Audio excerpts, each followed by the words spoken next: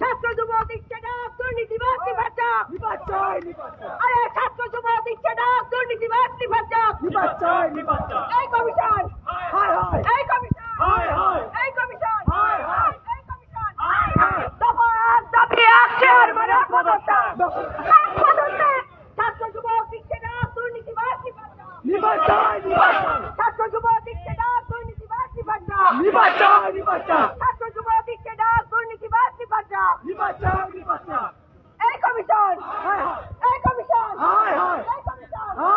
এই কমিশন দফা এক দাবি এক চেয়ারম্যানের পদত্যাগ